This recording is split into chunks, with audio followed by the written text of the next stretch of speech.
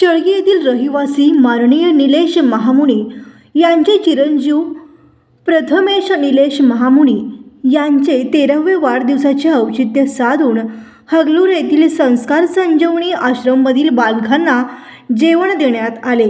यावेळी आश्रमचे प्रमुख प्राध्यापक परमेश्वर काळे सर यांनी आश्रम व बालकांची माहिती दिली।